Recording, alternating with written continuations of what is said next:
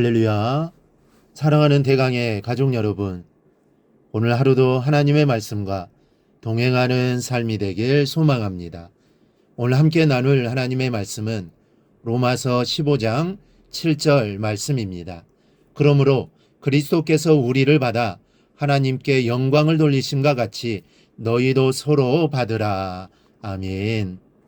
한 사람이 말과 당나귀의 짐을 싣고 길을 나섰습니다. 그런데 힘에 겨운 당나귀는 말에게 힘이 들어 견딜 수가 없으니 자기의 짐을 조금만 덜어줄 수 없겠느냐고 예언을 했습니다. 그러나 말은 당나귀의 청을 냉담하게 거절합니다. 당나귀는 결국 얼마 못 가서 피로에 지쳐 쓰러져 죽고 말았습니다. 그러자 주인은 말에게 당나귀가 지고 가던 모든 짐과 죽은 당나귀의 털 가죽까지도 벗겨서 실었습니다.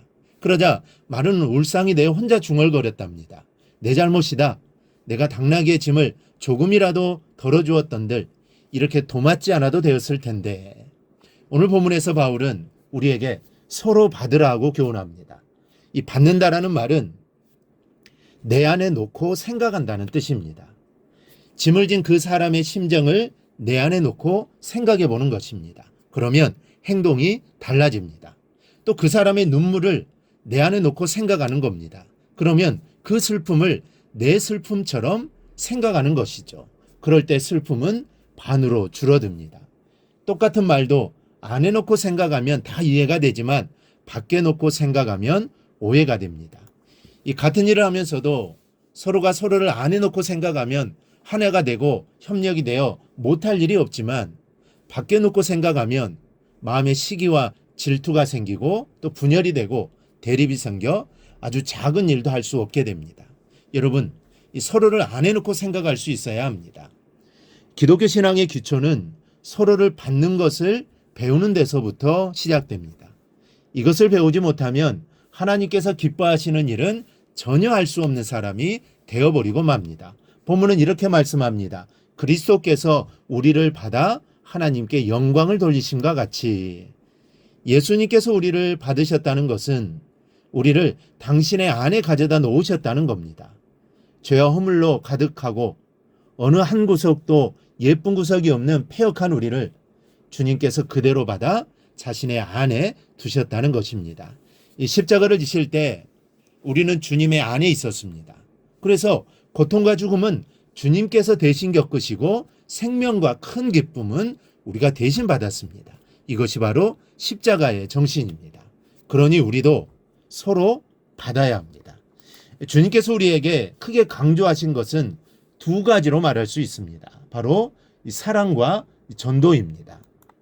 서로 사랑하는 것을 최고의 계명으로 주셨습니다. 땅끝까지 이르러 내 증인이 되어줄 것을 또 마지막 부탁으로 남기셨습니다. 그렇다면 그 사랑과 전도는 어떻게 배울 수 있습니까? 사랑도 이 받는 것으로부터 시작이 됩니다. 내 안에 그 사람을 둘 수 없다면 사랑할 수가 없습니다. 내 안에 그 사람을 두지 않고 사랑한다고 말하는 것은 거짓이요 위선입니다. 내 안에 두고 형제를 생각하고 또 그의 말을 듣고 그의 행동을 받아들일 수 있어야 합니다. 그래야 참 사랑을 할 수가 있습니다. 이 전도도 받는 것으로부터 시작이 되어야 합니다. 하나님께서 우리로 만나게 하는 모든 사람은 전부가 전도할 사람들입니다. 우리 마음대로 구별하여 갈라내어서는 안 됩니다. 누구든지 복음을 받을 대상자요 죽음에서 건짐을 받아야 할 사람들입니다. 그러니 우리는 누구든지 내 안에 받을 수 있어야 합니다. 내 안에 받아야만 마음이 가고 그래서 사랑을 베풀게 되면 그 사랑을 따라 복음을 받아들이게 되는 것입니다. 어느 지사님께서 이 컨테이너 박스를 주문하셨습니다. 시일이 늦지 않게 필요한 날짜까지 제작해 달라고 부탁하고는 대금의 절반을 먼저 주었습니다. 그리고 부탁한 날짜가 되어 몇 시에 가져오느냐고 전화를 했습니다. 그쪽의 말이 엊그제 비가 와서 작업을 하지 못했고 그래서 열심히 만들기는 하는데 이 당일로는 안 되고 다음 날이나 될 것 같다는 대답이었습니다. 그 말에 속으로 감정이 일었습니다. 그렇게 부탁을 하고 성금도 절반이나 주었는데 이럴 수가 있냐는 생각이 들었던 것이죠. 그래서 듣기 싫은 말을 해버리고 말았습니다. 전화를 끊고 앉아있는데 주님의 음성이 들립니다. 그 사람을 전도하라고 붙여주었더니 실족하게 만들었구나. 내게 필요한 컨테이너 박스는 내일 와도 지장이 없는 것이 아니냐. 하루가 늦춰지게 한 것도 다 뜻이 있는 거. 그 사람 마음에 미안한 마음을 갖게 해서 전도할 유리한 조건을 주려 한 것인데 그만한 실수도 받지 못해서야 너를 어디다 쓰겠느냐. 그 사람이 게을러서 늦어진 것도 아니요. 일부러 그런 것도 아닌데 나는 죄와 허물로 얼룩진 너를 십자가로 받았거늘. 우리는 이 사실을 절대로 잊어서는 안 됩니다. 주님께서는 나를 받아주셨습니다. 죄와 허물로 죽을 수밖에 없는 나를 받아주셨습니다. 그리고 하나님의 자녀 삼아주셨고 천국을 주셨습니다. 우리가 이 사실을 기억한다면 받지 못할 사람이 없습니다. 우리는 원수라도 받아야 합니다. 하나님께서 그 사람을 사랑하고 복음을 전하라고 나에게 보내신 사람이기 때문에 반드시 받아야 합니다. 그리고 그를 위해서 기도하고 복음을 전해야 합니다. 그러면 하나님께서 역사해 주실 겁니다. 복음의 역사가 일어날 것입니다. 그러니 우리는 늘 담대하게 이 복음을 전해야 합니다. 사랑하는 여러분, 이 새벽에 오늘 십자가 앞으로 나아갑시다.